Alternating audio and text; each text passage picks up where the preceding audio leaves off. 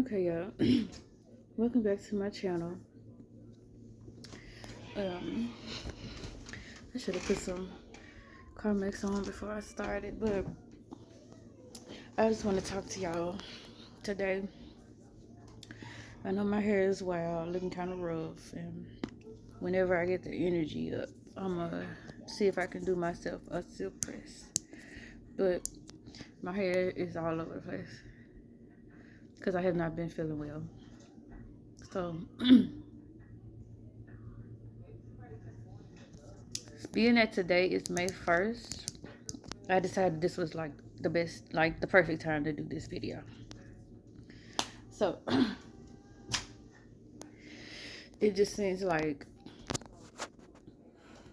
since 2023, I have been having the worst luck with my health. The worst, I'm gonna say the worst look when it comes to my health. So not only am I still trying to get things under wrap with my jaw and getting my jaw surgery, but um I just recently I went to the doctor on the 23rd of April. It's supposed to be just for like a regular checkup, a regular like well woman exam and everything. But then I started talking to the doctor about some symptoms I've been having, and she totally skipped over the well woman checkup and just scheduled it for another time because she wanted to dive into the symptoms and everything I was telling her about. So I thought that I don't know. I thought that I was maybe having issues with my thyroid, but they did lab work for me. My thyroid was okay. It was kind of like right on the edge of almost being um like too high. The levels almost like right on the edge of being too high. So I could have had a diagnosis of hyperthyroidism, but I was just right there in that little percentage of like being right on the edge of them not, worrying too much about it. But the rest of my results, um, so let me say this. Let me go back. I told her I was having symptoms of extreme exhaustion. I was having vision problems,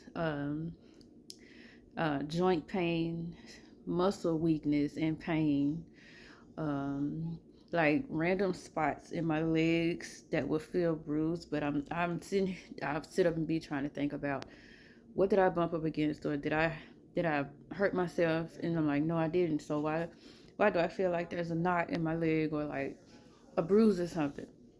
And I didn't do anything.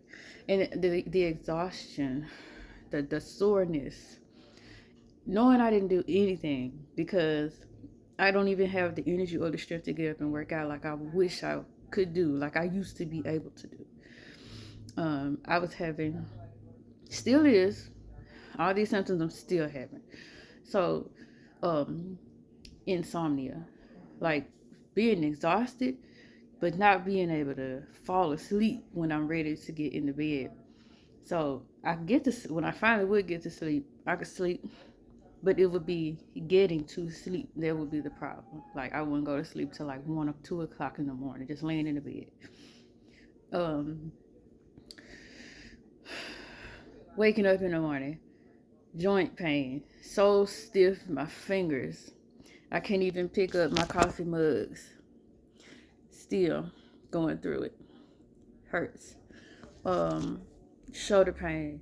Um, Sometimes having pain in my ankles and everything, and like laying in the bed. I guess from being in the one position for too long, and you wake up the next morning and just feels like you got hit by a bus.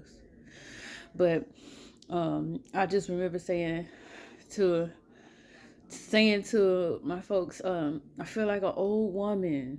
I feel like an old woman. I'm only 34 years old. Or I would say stuff like, I feel like once I get up in age, like once I actually do get into my ages, somebody's going to diagnose me with arthritis. That's the way I felt. The way I still feel. Every time I move, joints are popping so loud. You loud, like I just moved my foot and my ankle popped every single time. hips, elbows, shoulders, ankles, fingers, they pop every time I move. And it would be so painful. And on top of having the joints swelling.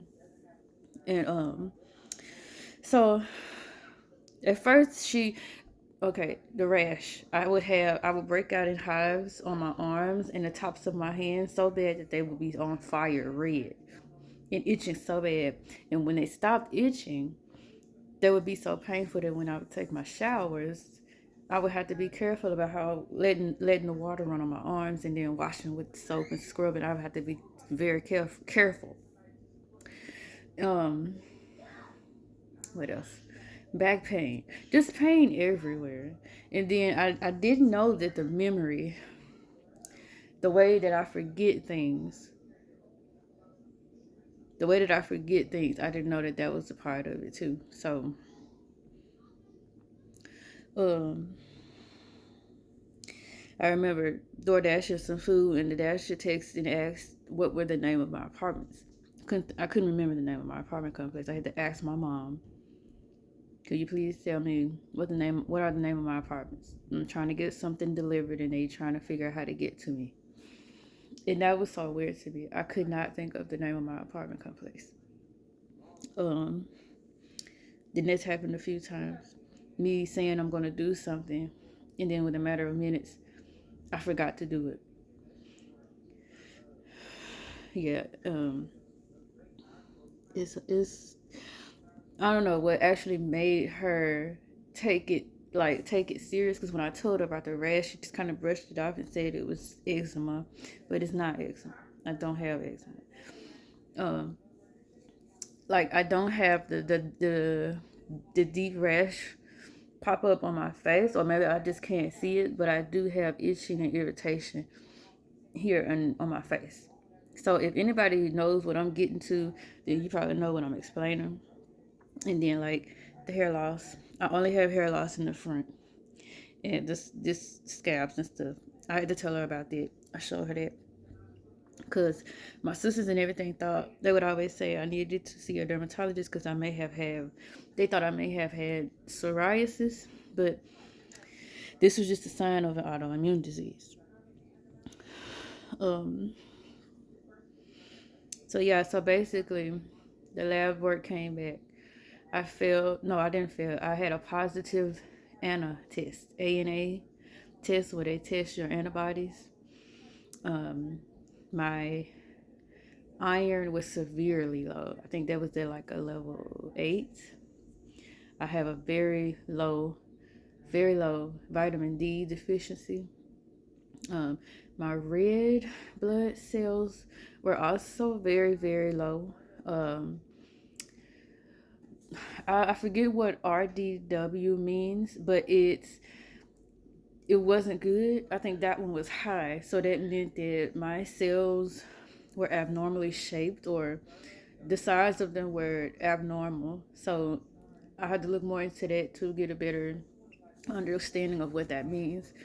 But what else? A lot of my labs were really abnormal. But the one that raised the red flag with me when I researched what it meant was the fact that I had a positive ANA test. So basically, I have autoimmune disease. So I'm still in the process of like being diagnosed. So, cause I read that if you have one, you're more than likely to have 2 or 3. You know, because it affects your whole body. Um, I'm pretty sure I have celiac disease because I have a gluten allergy that I did not have before. Like I didn't have it in childhood. Like it's severe. If I mess up and eat the wrong thing, I'm done. I'm down for the day, the night. But yeah, gluten and wheat products I can't have. But I'm pretty sure I have celiac disease. That's also another autoimmune disease. And the doctor did say something about rheumatoid arthritis, but lupus also is one.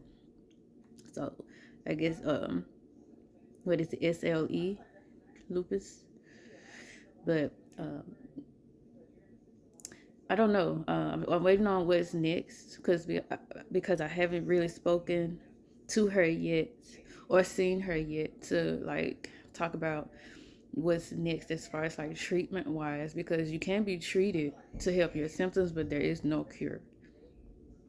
Um, I always was saying before this, I always would say I have good days and I have bad days when I would try to explain to my family how I feel, but they don't get it.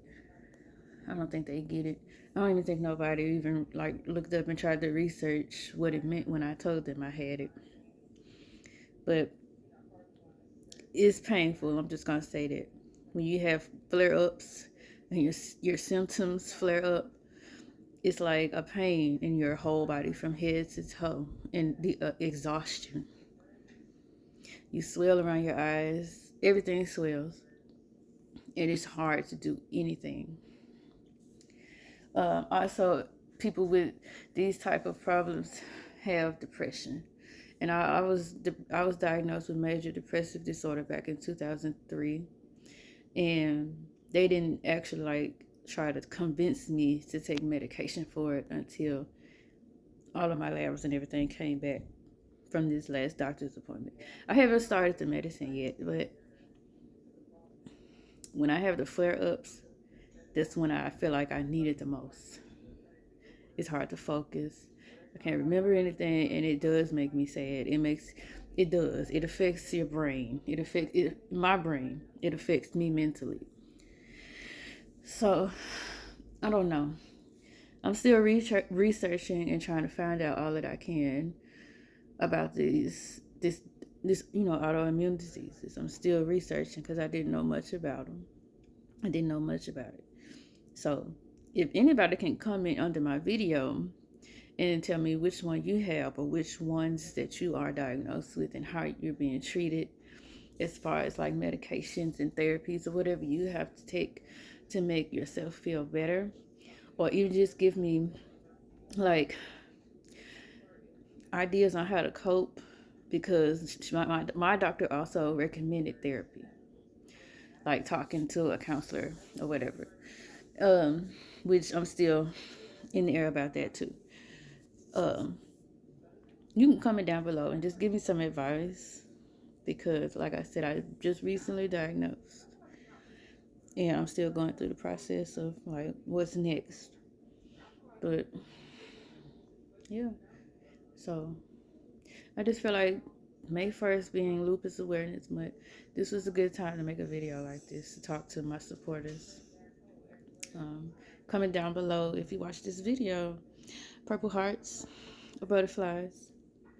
And to all my fellow lupus warriors, we in this together. We're gonna keep fighting the fight.